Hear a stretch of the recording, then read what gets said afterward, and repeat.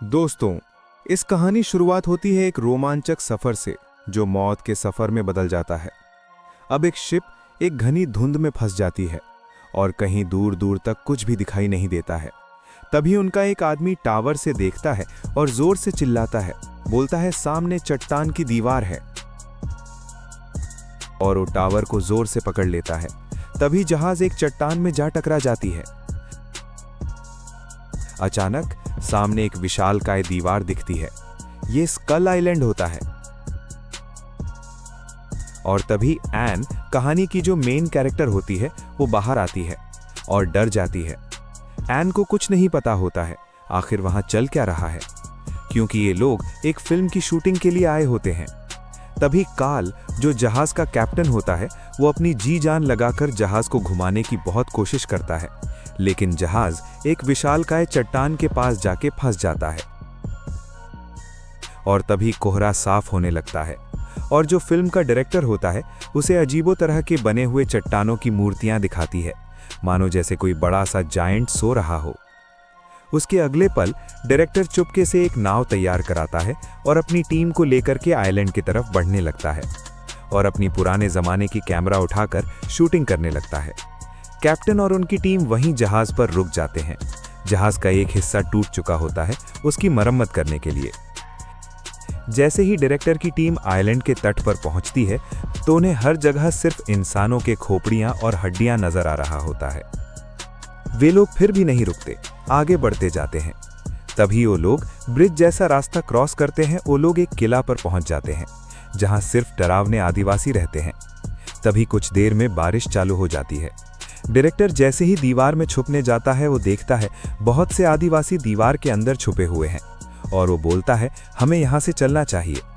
उसके अगले ही पल वे लोग जैक के टीम मेंबर के सीने में एक नुकीली भाला दे मारते हैं और एन डर जाती है और जोर से चीखने लगती है।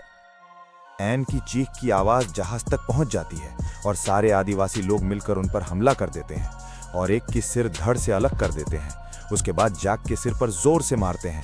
जैक बेहोश होकर नीचे गिर जाता है और डायरेक्टर का भी सिर कटने ही वाले होते हैं कि तभी कार्ल आ जाता है और अपने बंदूक से गोली चलाता है और एक आदिवासी को मार देता है। और तभी कार्ल की टीम भी वहां पहुंच जाती है और बंदूक से गोली चलाने लगते हैं और आदिवासी लोग डर के मारे भाग जाते हैं।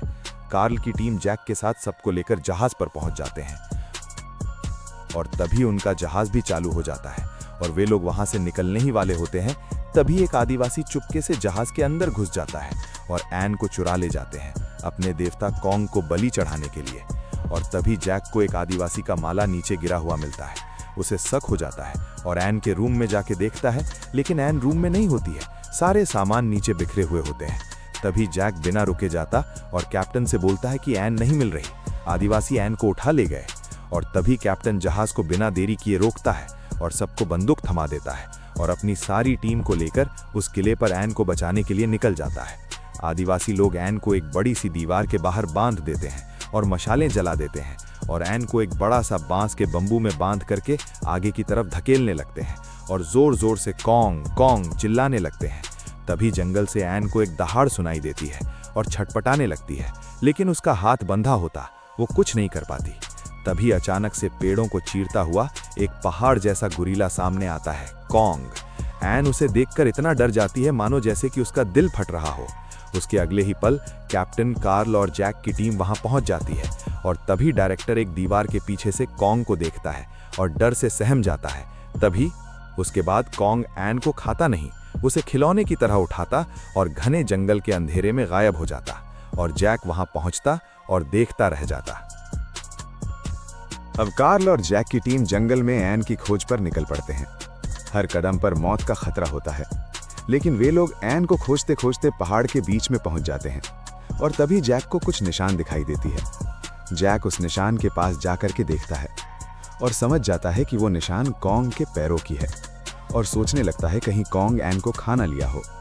तभी अचानक से पहाड़ हिलने लगता है और छोटे छोटे पत्थर के टुकड़े नीचे गिरने लगते हैं, मानो जैसे कि भूकंप आ रहा हो। और तभी डायरेक्टर डर से उनके तरफ भागता है, मानो जैसे कि भूत देख लिए हों। और तभी डायरेक्टर के पीछे सैकड़ों ब्रैकियोसॉरस और डायनासोर्स भागते हुए आ रहे होते हैं। उनकी टीम भी डर के मारे भागने लगती है और तभी डायरेक्टर का पैर फिसल जाता है और वो नीचे गिर जाता है। लेकिन जैक जाकर के उसे उठाता है और बोलता है कैमरा मुझे दे दो, लेकिन डायरेक्टर नहीं देता है और वे लोग भागने लगते हैं और उन्हीं के बीच से मांसाहारी डायनासोर्स उन्हें खाने के लिए उनके पीछे भाग रहे होते हैं।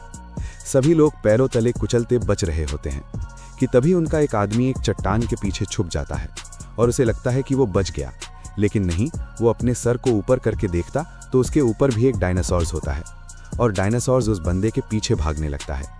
जैक और डायरेक्टर उन ब्रैकियोसॉरस के पैरों तले बचते बचाते भाग रहे होते हैं कि तभी एक डायनासोर्स डायरेक्टर को खाने ही वाला होता है कि जैक उस डायनासोर्स को अपने कंधे से धक्का दे मारता है और वो ब्रैकियोसॉरस के पैरों के नीचे कुचल करके मर जाता है। भागते भागते वे लोग एक पहाड़ की पतली सी रास्ते पर पहुंच जाते हैं और जैसे ही ब्रैकियोसॉरस इस रास्ते पहुंचते पहाड़ का रास्ता टूटने लगता है और कई ब्रैकियोसॉरस नीचे गिरने लगते हैं। उनका एक बंदा गिरने से बचते बचाते भागने लगता है और तभी एक डायनासोर्स जैसे ही इस बंदे के पास पहुंचने वाला होता है, वो बंदा अपनी बंदूक से गोली चलाने लग जाता है। डायनासोर्स के साथ साथ एक ब्रैकियोसॉरस को भी गोली लग जाती है और वो नीचे गिर जाता है। उसी के पीछे जितने भी ब्रैकियोसॉरस और डायनासोर्स भागते हुए आ रहे होते हैं, उसी ब्रैकियोसॉरस में लड़ करके गिर जाते हैं उनसे। ये लोग बचते बचाते ऊपर की तरफ चढ़ने लगते हैं और तभी दो डायनासोर्स उस बूढ़े आदमी के पास पहुंचने ही वाले होते हैं। डायरेक्टर कैमरे की स्टैंड पकड़कर उस बूढ़े आदमी को ऊपर खींचने की कोशिश करता है, लेकिन वो बूढ़ा आदमी बहुत भारी होता है। डायरेक्टर उसे खींच नहीं पाता।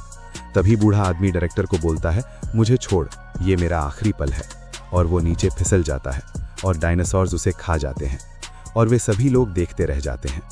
फिर बचते बचाते काल और जैक की टीम एक गहरी घाटी के पास पहुंच जाती है और वो लोग लकड़ी की मदद से नाव तैयार कर लेते हैं और गहरी घाटी को पार करने लगते हैं। जैसे ही पानी के बीचों बीच पहुंचते सब कुछ शांत लगने लगता है। उसके बाद पानी के अंदर से एक कीड़ा जैक के नाव पर चढ़ने लगता है और तभी जैक एक लकड़ी से उस कीड़े को मारता है और कीड़ा पानी में गिर जाता है। उसके अगले ही पल एक के बाद एक कीड़े उन सब के नाव के ऊपर चढ़ने लगते हैं और खून के प्यासे बड़े बड़े कीड़े हमला कर देते हैं। तभी वे लोग अपने पैरों और लकड़ियों से उन कीड़ों को मारने और धकेलने लगते हैं और बड़े बड़े खून के प्यासे कीड़े भाग जाते हैं। सब कुछ फिर से बिल्कुल शांत होता जाता है और अगले ही पल पानी के अंदर से एक बड़ा और अजीब सा जायंट उनके नाव पर हमला कर देता है और उनके नाव को धकेल करके वापस चला जाता है। सब लोग कंफ्यूज हो जाते हैं, आखिर इतना बड़ा था क्या? फिर वो बड़ा सा जायंट उनके पीछे से फुल स्पीड में उनके नाव के तरफ बढ़ता है और उनके नाव को अपने सर के बल उठा करके पानी में फेंक देता है। जैक और एक बंदा पानी के अंदर डूबने लगते हैं। जैक का साथी एक बैग के पट्टे में फंसा होता है। तभी जैक देखता है वो बड़ा सा जायंट मॉन्स्टर उस बंदे की तरफ बढ़ रहा होता है। जैक उसे आवाज देने की कोशिश करता, लेकिन पानी के अंदर होने के कारण जैक की आवाज उस बंदे तक नहीं पहुंच पाता। लेकिन उससे पहले उस बंदे को मॉन्स्टर जायंट खा जाता है। फिर जैक पानी के अंदर ही अंदर भागने लगता है और मॉन्स्टर जायंट जैक को खाने के लिए उसका पीछा करने लगता है। तभी जैक एक पेड़ के रूट के अंदर घुस जाता है। मॉन्स्टर जायंट का मुंह इतना बड़ा होता है कि उस रूट के अंदर नहीं पहुंच पाता और जैक उस बॉक्स को फेंक करके पानी के ऊपर आ जाता है। उसके बाद जैक के दो साथी जो पानी में गिरे होते हैं, उनमें से एक को खा जाता है और डायरेक्टर डर से उस जायंट के ऊपर बंदूक से गोली चलाने लगता है और जायंट उनके नाव के नीचे से निकल जाता है और उनका नाव डगमगा जाता है और वे लोग पानी में गिर जाते हैं। वो जायंट फिर भी नहीं रुकता। अगले ही पल वो अपने मुंह को खोल करके पानी को चीरता हुआ उनके तरफ बढ़ता है, लेकिन डायरेक्टर फिर से गोली चलाने लगता है और वो जायंट दूसरे तरफ भाग जाता है। फिर वे लोग पानी के बाहर आ जाते हैं और तभी उनका एक साथी पानी के बाहर पहुंचने ही वाला होता है। वो जायंट मॉन्स्टर फिर आता और उसे खा जाता। काल और जैक की टीम दंग रह जाती है। उसके बाद हम देखते हैं कॉन्ग पहाड़ की चोटी पर एन को ले जाकर के बांस की बम्बू खूब मजे खा रहा होता है। तभी एन चुपके से वहां से जंगल में भाग जाती है। तभी जैक और काल की ट्रेन घने जंगल के रास्ते आगे बढ़ते रहते हैं और वो कॉन्ग की गुफा तक पहुंच जाते हैं। और तभी कैप्टन इंगलहॉर्न सब लोगों को रुकने की इशारा करता है और अकेले गुफा के पास जाके देखता और सभी लोगों से बोलता है कि जल्दी से मेरे छोटे भाई को लेकर के वहां से चले जाओ। वो लोग पीछे हटने लगते हैं। तभी कैप्टन इंगलहॉर्न अपनी बंदूक उठाते और गोलियां चलाने लगते हैं। तभी कॉन्ग गुस्से से बाहर आता है और कैप्टन इंगलहॉर्न को अपने हाथ में पकड़ लेता है। सब लोग डर जाते हैं। कैप्टन इंगलहॉर्न जैसे ही अपने पिस्टल से गोली चलाने जाते, कॉन्ग कैप्टन इंगलहॉर्न को फेंक देता है और वो पत्थर की चट्टान से जा टकराते हैं और नीचे खाई में गिर जाते हैं। कॉन्ग उन सब पर भी हमला कर देता है। जिस बड़े पेड़ पर वो लोग खड़े होते हैं, उस पेड़ को कॉन्ग अपने हाथों से घुमाने लगता है। कुछ लोग नीचे गिर जाते हैं और कुछ लोग पेड़ को मजबूती से पकड़े होते हैं। उसके बाद कॉन्ग पेड़ को नीचे गिरा देता है और कई लोगों की नीचे गिरकर मौत हो जाती है और कुछ लोग बच जाते हैं। और उसके बाद एन जंगल के बीचों बीच पहुंच गई होती है। जैसे ही थोड़ा और आगे बढ़ती और देखती एक छिपकली जैसा डायनासोर्स मरा हुआ जानवर को खा रहा होता, वो डर जाती और हल्के कदम पीछे की ओर बढ़ाने लगती है। तभी उसके पैरों से कुछ टूटने की आवाज आ जाती है और छिपकली जैसा डायनासोर्स उसे देख लेता और एन का पीछा करने लगता। एन भागने लगती और जाकर के एक पेड़ के खोखले में घुस जाती।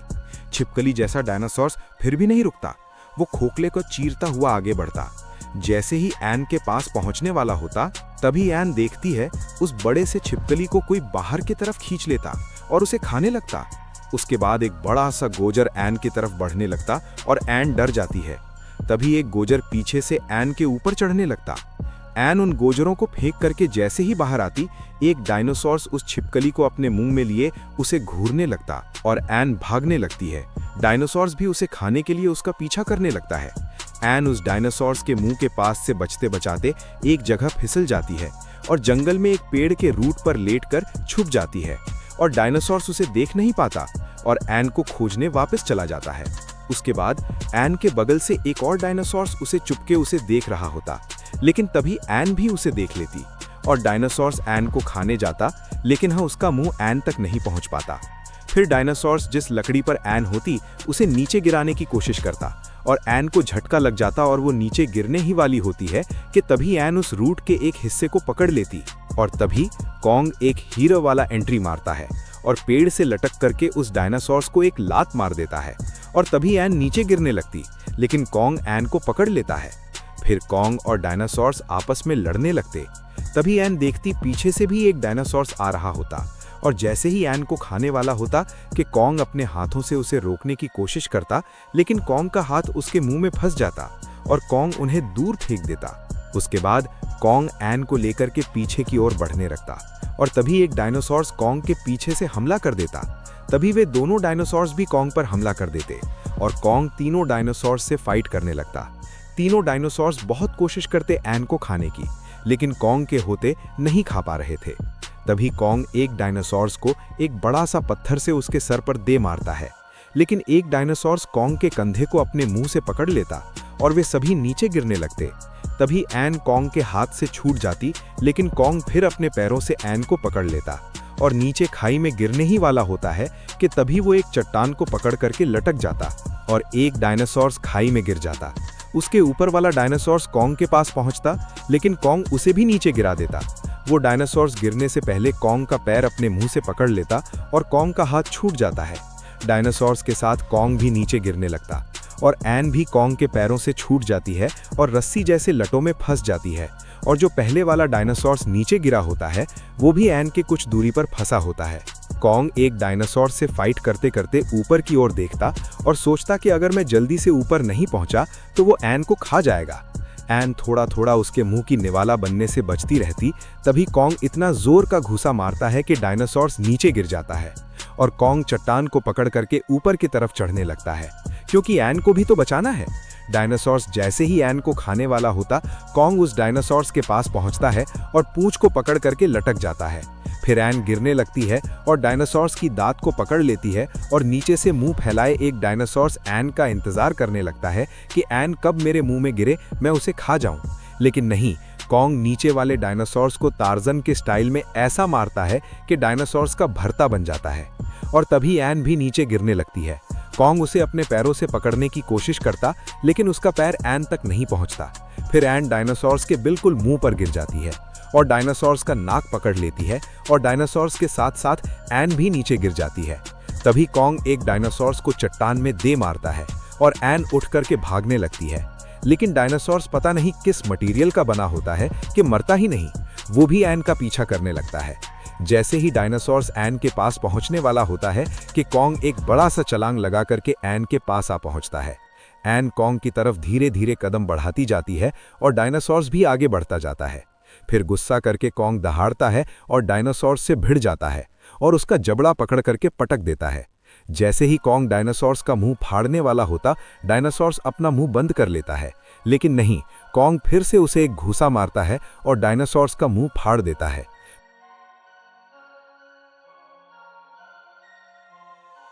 फिर गुस्से से कॉन्ग अपनी जीत की जश्न मनाते हुए अपना छाती पीटने लगता है और एन को पहाड़ के चोटी पर ले जा करके बैठा जाता है। वीडियो अच्छा लगा हो तो चैनल को भी सब्सक्राइब करो यार, अगली बार और भी दिलचस्प वीडियो लाऊंगा।